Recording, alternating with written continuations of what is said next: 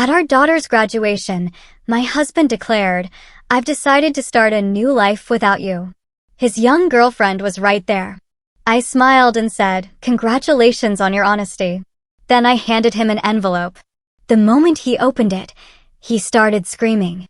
Can you imagine the single happiest day of your life being shattered by a public betrayal so brutal it redefines everything you thought you knew? Because that's exactly what happened the day my daughter, Sophia, graduated from college. My name is Bella Monroe, I'm 52, and I never, ever pictured that day unfolding the way it did. My heart was bursting with pride, watching Sophia, my only child, the girl with the brightest eyes and the most infectious smile, receive her diploma. We were celebrating at an upscale French restaurant in downtown Savannah, in a cozy private room. 50 of our closest friends and family, laughter echoing, glasses clinking. It was perfect. I sat next to Sophia, just soaking it all in. Then Chase, my husband of 26 years, stood up. He raised his champagne glass, a small, knowing smile on his face, as if to give a quick toast to our daughter. The room fell silent, every eye on him. But instead of words of congratulations, words that would make a mother's heart swell even more, I heard, "I've decided to start a new life without Bella." The world tilted. The room froze. Utter, deafening silence, broken only by the clatter of a dropped fork, a strangled gasp from somewhere behind me. Me? I just sat there, blinking once. Everyone was looking at me, waiting for the explosion, the yelling, the tears, maybe even some dramatic slap straight out of a movie. Chase just stood there, his glass trembling slightly, practically daring me to react, to give him that satisfaction. But I didn't. Oh no. A calm, composed smile spread across my face. A smile I knew he'd never seen before, and one that made him subtly step back. I gently placed my napkin on the table, stood up, and pulled a cream-colored envelope from my purse. I set it in front of him, as casually as if it were the dinner bill. "This is a gift for you," I said, my voice steady, clear, reaching every stunned ear in that room. Sophia turned to me, her wide eyes brimming with tears, her graduation cap still perched on her head, that beautiful pale blue dress we'd picked out just last week now looking so out of place. I leaned down, kissed her forehead, and whispered, "I'm so proud of you. Today is your day. Don't let anyone steal it." Then I straightened up. I looked around the room. Familiar faces. People who had shared Christmas dinners at our home, who had laughed around my kitchen table. Now they avoided my gaze like guilty children caught with their hands in the cookie jar. Because they knew. Oh, they all knew. They knew Chase was seeing a woman almost 20 years younger. A girl named Lauren who used to call me sis every time she visited. I took a deep breath, plastered on the most gracious smile I could muster, and said, "Please, everyone, enjoy the rest of the party. Have a wonderful afternoon." Without waiting for a single reaction, I turned and walked out. My heels clicked against the marble floor, an echo in the sudden silence, like a bell in an empty church.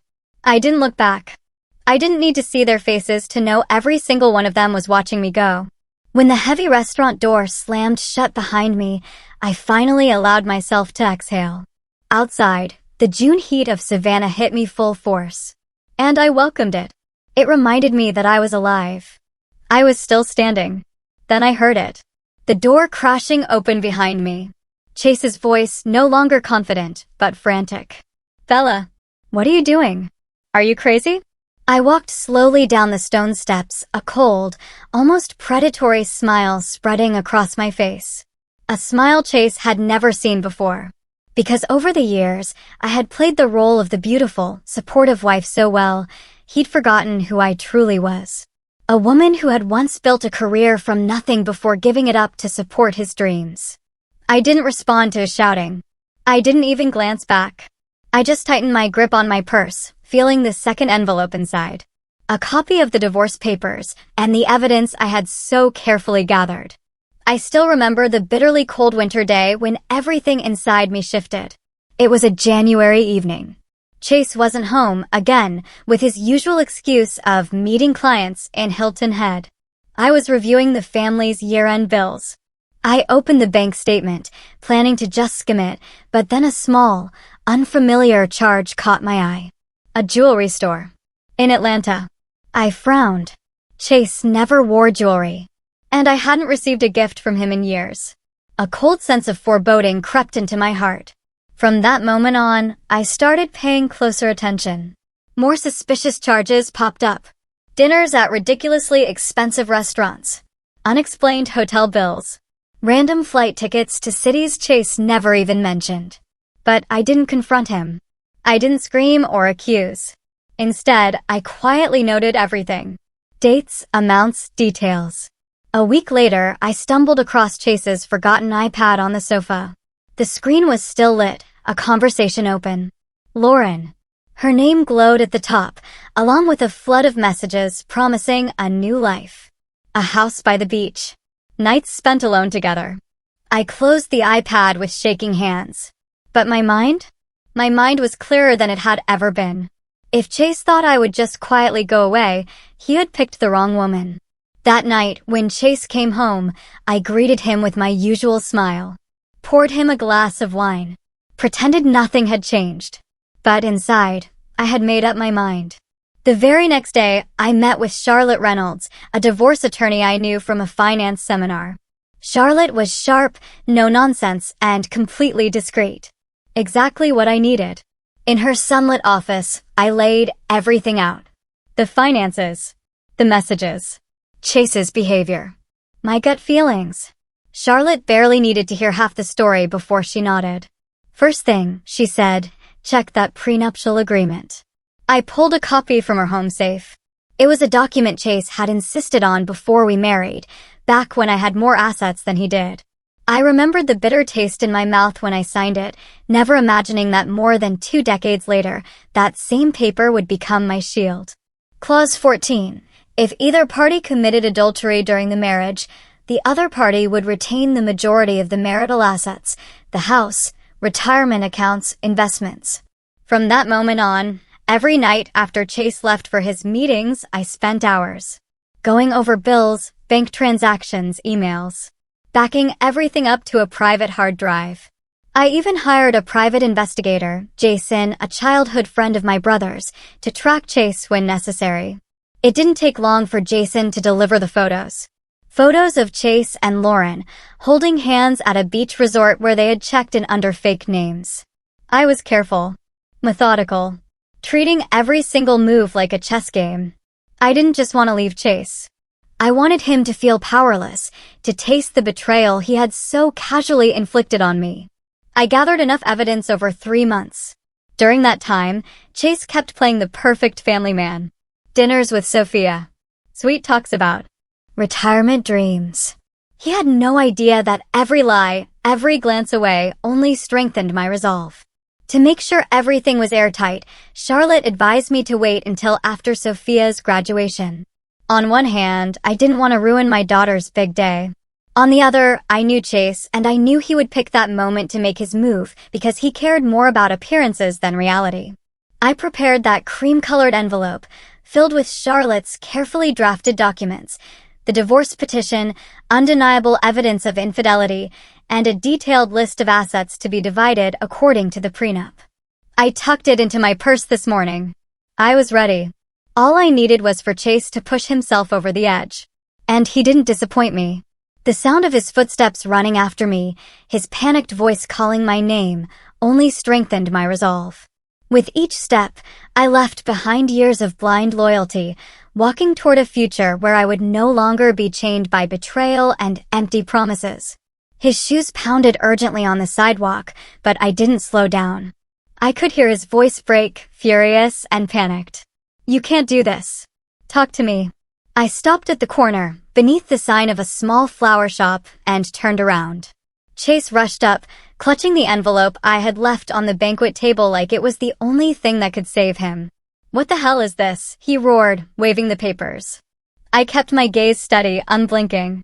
Just giving you what you worked so hard for all this time, I said lightly. He tore the envelope open on the spot, yanking out the stack of papers. His face flushed red, then turned pale in a matter of seconds. I could see his hands tremble as he read the first lines. Evidence of infidelity. How did you get all this? He whispered, his voice cracking. I crossed my arms and answered simply. Sometimes all it takes is one person being careless and the other being patient. Chase jerked his head up, panic flashing in his eyes. You can't use this against me. The prenup expired a long time ago. I smiled, unable to hide a trace of irony. You should have read it more carefully before you signed. Clause 14 states clearly it remains valid throughout the marriage. You insisted on it back then, worried about your assets. Now, ironically, it protects me. Chase looked at the file again, crumpling a corner of the paper in his fist as if that could change reality. I didn't look away from his face, watching the familiar smugness shatter piece by piece. But what do I lose? He asked, almost choking. I tilted my head, as if considering the answer, even though I knew every detail by heart. The house in Savannah. Your share of our retirement accounts. And nearly 70% of our joint investments. As for that personal account you thought you hid, I've already had it frozen. Chase stumbled back a step, as if he'd been struck. No way, he stammered. Lauren and we had a plan. The new house, the new life. I cut him off, my voice calm but sharp as steel. Your new life, Chase, will start from a rented apartment and a frozen bank account. The early summer breeze carried the faint scent of flowers from the shop next door. Amid that peaceful backdrop, Chase looked utterly lost, like a man who had realized he'd lost everything in a single moment. He clutched the stack of papers tighter, his eyes red. You're destroying me, Bella, he rasped. No, I replied, my gaze unwavering. You've been doing that to yourself for a long time. I'm just letting you deal with the consequences. A taxi pulled up. I raised my hand and flagged it down, not sparing another second for the man frozen like a statue before me. As the car door swung open, I turned back one last time. Chase, I said, my voice low and final. I once loved you with my whole life, but you threw it all away for a fleeting fantasy. From now on, you're on your own. I stepped into the taxi and closed the door. As the car pulled away, I saw him through the window, standing there alone, holding the crumpled envelope, wearing the bewildered look of a man who had just lost his entire world. Inside me, there was no anger, no searing pain, only a deep, profound sense of relief, as if I had finally shed a rusted suit of armor I had carried for far too long. I knew there was still a long road ahead, the legal battles, the gossip, the curious stares. But I also knew I had reclaimed the most precious thing of all, the right to my own life. I returned to the old house in Savannah's historic district as the evening light dipped the red brick walls in gold. This house had once symbolized everything we had built together, or so I had believed. Less than an hour after I walked through the door, I heard a car tear into the driveway. The front door flew open so hard the hinges creaked. Chase stormed in, looking like a lost storm, the crumpled papers still clutched in his hand. Bella, he shouted, frantic. We need to talk right now. I remained seated on the living room sofa, the warm yellow lamplight casting soft glows on the family photo wall. I closed my laptop and looked at him without a flicker of emotion. Sit down, I said, my voice calm, as if inviting a stranger. But Chase didn't sit. He paced back and forth like a caged animal, tugging at his hair, breathing heavily. You can't do this, he finally burst out, pointing at me as if reaching for some shred of sympathy. The Midtown apartment Lauren and I were about to rent? They just called and said the lease was denied. What? I leaned back into the couch, fingers interlocked calmly. Because your credit file was flagged, I replied coolly. Several suspicious transactions triggered a system alert. The brokerage office called our home number to verify, as any responsible wife would. Chase's eyes widened in shock. He opened his mouth, but no words came out. I continued, giving him no time to react. And that's not all. That personal account you thought you hid so well? It's frozen now under a temporary court order. I smirked. Congratulations, Chase. You have exactly two options now. Rely on the kindness of others, or start learning how to live humbly. Chase stumbled into the chair across from me, elbows on his knees, burying his head in his hands. It was an image I knew I would remember for a long time. I just wanted a better life, he mumbled, dazed. Lauren and we had plans, Bella. We wanted to start fresh. Then start, I said, my voice gentle but razor sharp. Start by learning to pay rent yourself. Pay your own electric bills. Face your own consequences. He looked up, his face flushed red. You're ruining my life over one mistake. I laughed.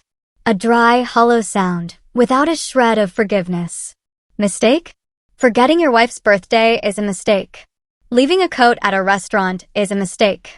What you did, cheating, hiding money, planning to abandon your family on your daughter's biggest day, that's not a mistake. That's a choice. He stared at me, finally realizing that his usual excuses would find no mercy here. I need money, he said, as if stating the obvious would fix anything. I crossed my arms, leaning back. Get a job. You had a secret account. You had Lauren. You had plans. But you don't have me, and you don't have Sophia. Hearing Sophia's name made Chase flinch as if he'd been punched in the chest.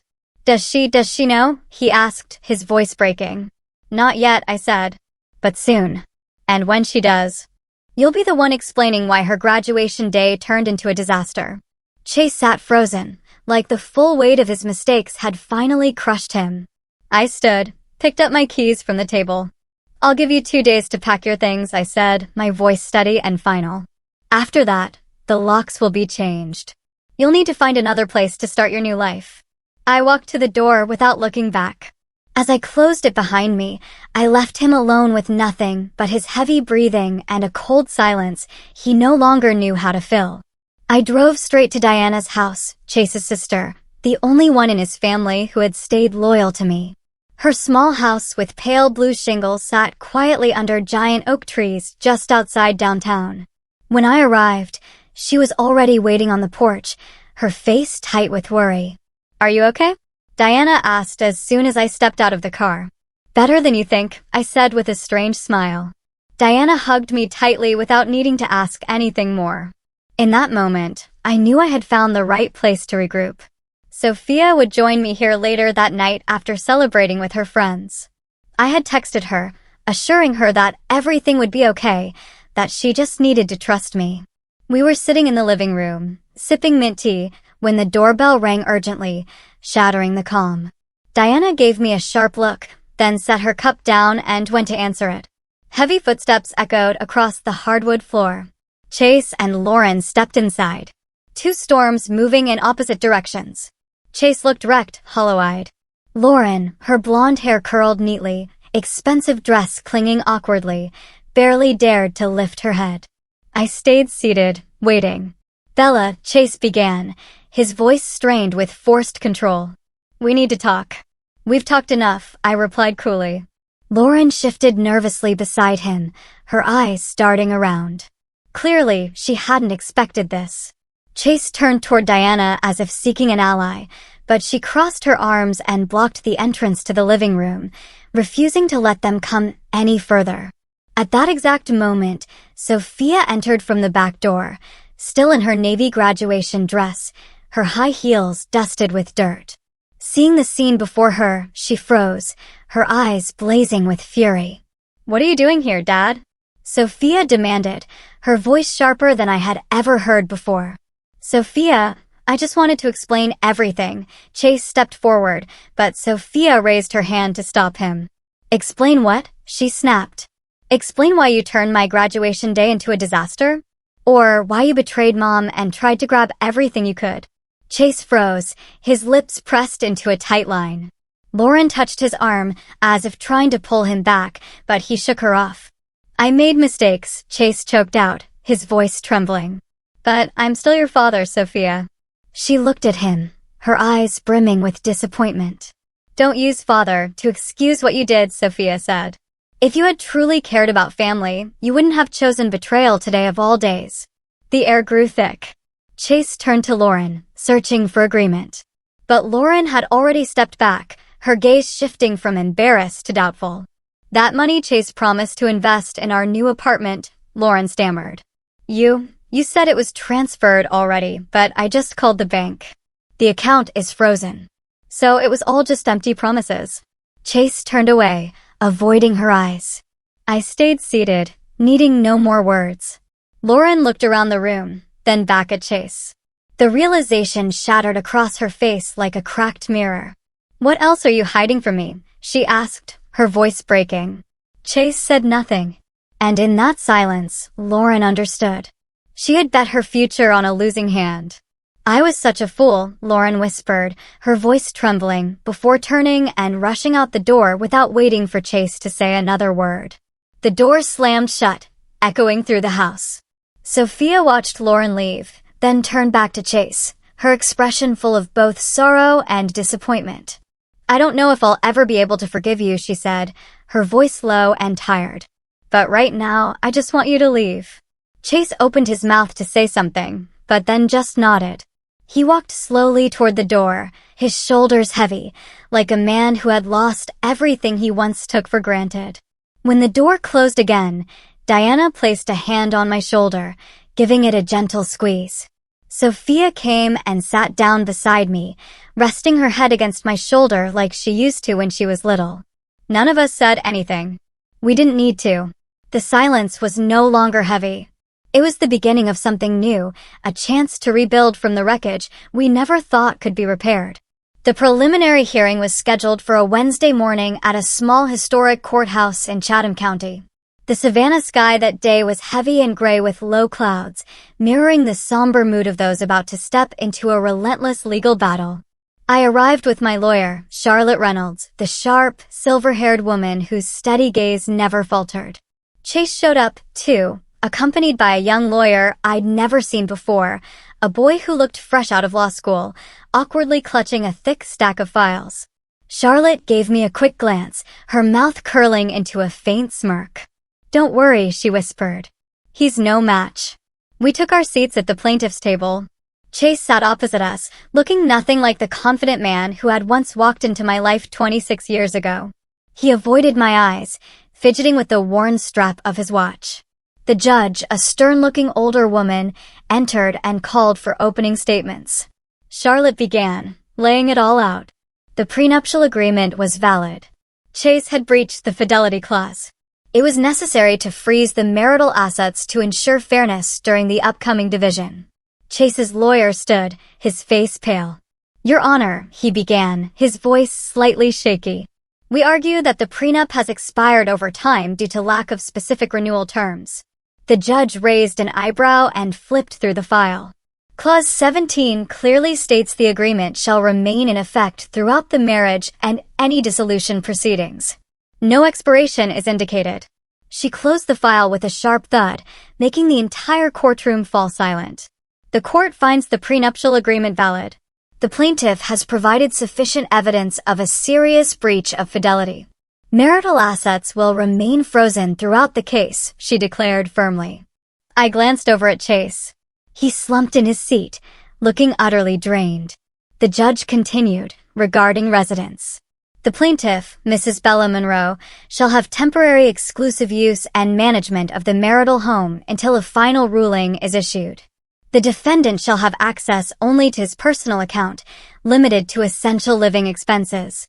Chase's lawyer tried to object, but the judge raised her hand to silence him.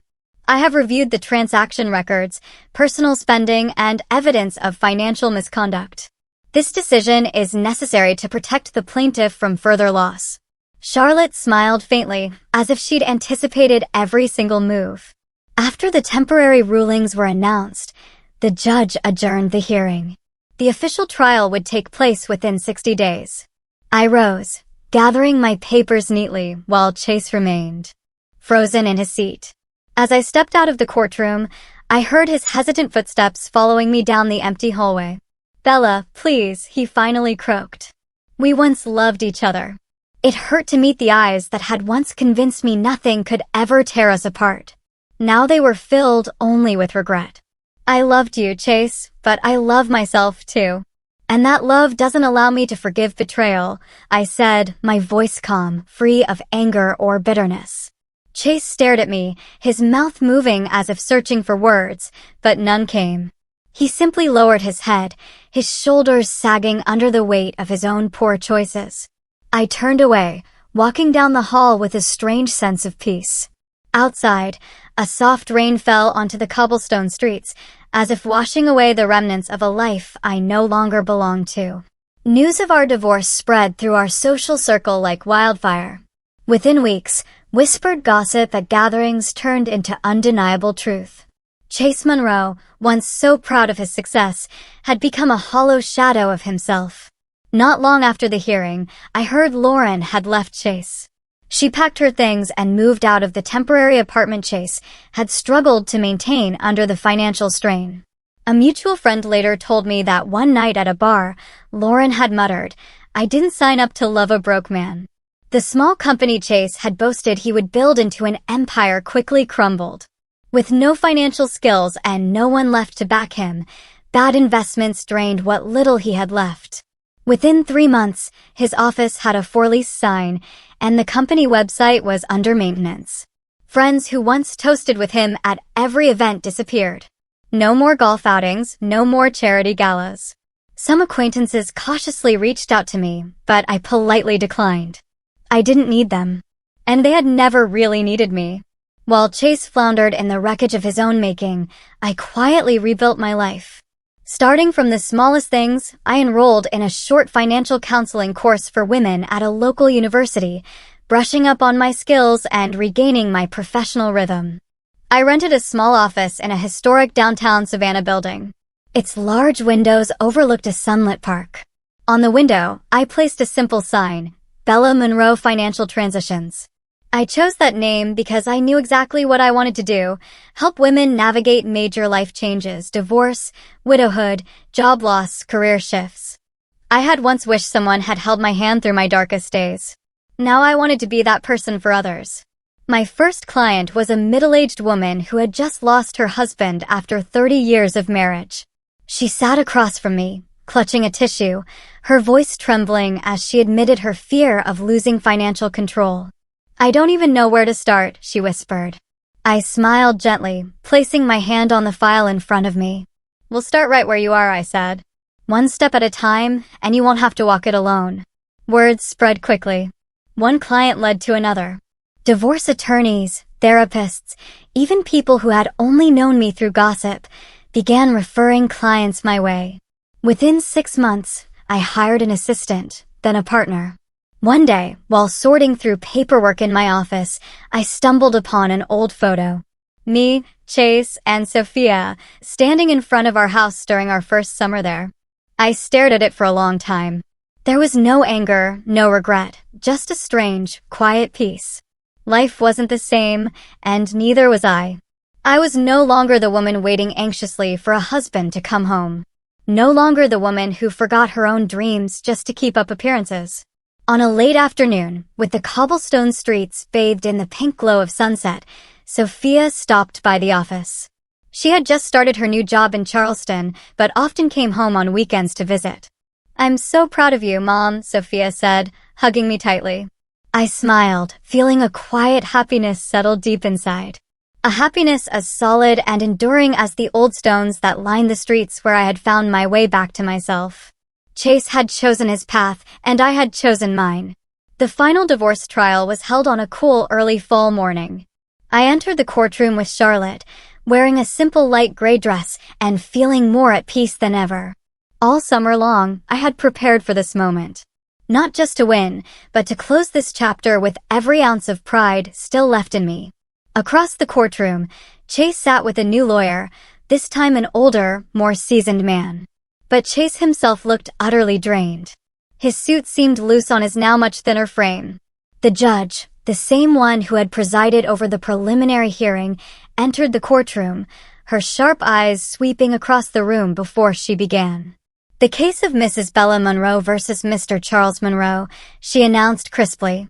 Charlotte stood and laid out all the evidence, Chase's breach of the prenuptial agreement, the hidden assets, and the misuse of joint funds for personal purposes over an extended period. Transaction records, messages, photographs, everything was meticulously organized, leaving no room for dispute. Chase's side had little to argue. They merely attempted to appeal for leniency, tossing around vague phrases about their shared history and Chase's emotional contributions to the family. When it was my turn to speak, I rose, holding my head high. For more than 20 years, I said firmly, my voice echoing in the silent room, I invested all my strength, time, and trust into this family. I didn't just raise our child and manage our home.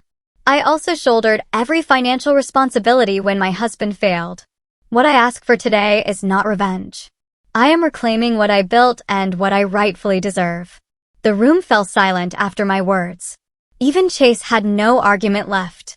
He simply stared at the floor, his fists clenched as if trying to contain something inside. Finally, after 3 tense hours, the judge delivered the verdict. Given the clear evidence of a violation of the prenuptial agreement, the court awards Mrs. Bella Monroe full ownership of the marital home in Savannah, retains her individual retirement accounts, and grants her 70% of the joint assets, including investments and savings. Mr. Charles Monroe shall retain only his personal property and the balance in his designated private account. I took a deep breath as I heard those words, not because I was celebrating a win, but because I finally felt the weight lifting off me. Chase remained motionless, as if frozen in place. I glanced at him one last time, feeling no hatred, only a quiet regret for a man who had lost everything because of his own poor choices. As I stepped out of the courthouse, the gentle autumn sunlight wrapped around me like a warm embrace. Charlotte gave my back a light pat. "Congratulations, Bella," she said, a fleeting smile at the corner of her lips. "You didn't just win assets. You reclaimed your future." I simply nodded. In that moment, I understood. Life isn't always fair, but if you stand firm for your worth, there will come a day when justice smiles. That day, I didn't go home immediately. I drove straight to my office, the small space I had rented and nurtured through all those difficult months. Inside, the desk was neatly organized, and the sign reading Bella Monroe Financial Transitions gleamed in the sunlight. A silent reminder. I had risen from the ashes and built a new world with my own hands. Chase lost almost everything in the divorce. But the greatest loss wasn't money or property. It was the trust, the respect from family and friends, and above all, from his own daughter. As for me, I didn't just reclaim my life. I rediscovered myself. Stronger, freer, and no longer defined by anyone else. I looked out through the large window, watching the autumn leaves swirl in the breeze like a graceful dance. An old chapter had finally closed. About a month after the final hearing, one late afternoon, while I was wrapping up paperwork at the office, the phone rang. The caller ID made me pause for a moment. "Chase," I let it ring a few more times before picking up. "Hello." His voice was raspy and worn. I know you probably don't want to hear from me, but please give me just a minute." I leaned back in my chair, feeling strangely empty inside. "Go ahead," I said curtly. "Still there." There was a long pause, as if he was searching for the right words. "I ruined everything," he finally said, his voice heavy. "I lost you. Lost our daughter. Lost my own self-respect. I have nothing left but regret." I closed my eyes for a moment.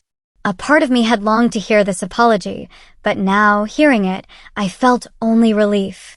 No more pain, no more anger, just a sense of closure.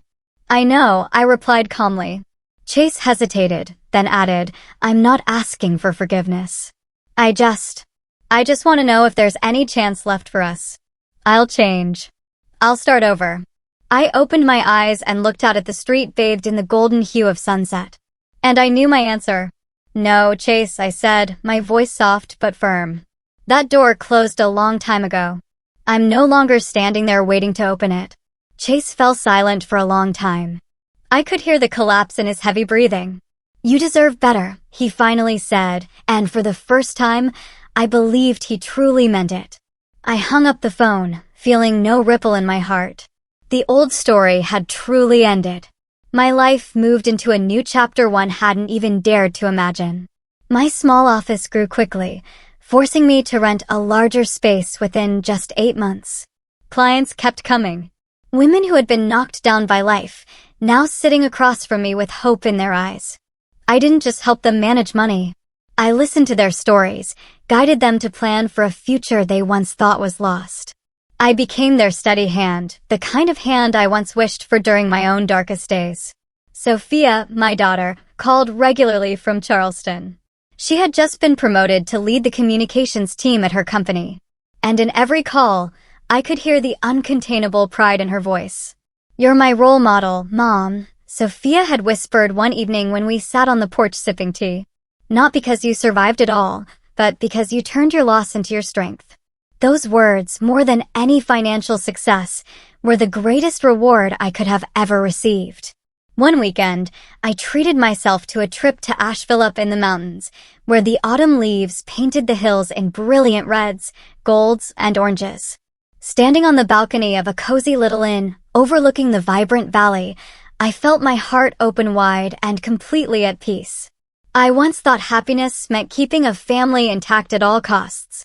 But now I understood, true happiness begins when you choose yourself, even if it costs you every old dream. Bella Monroe, who once lived in the shadow of a man, had stepped into the light, writing her own story with no one's approval needed. I walked back inside, opened my laptop, and began drafting a plan for a new program, a series of free workshops on financial management after divorce for women in the community.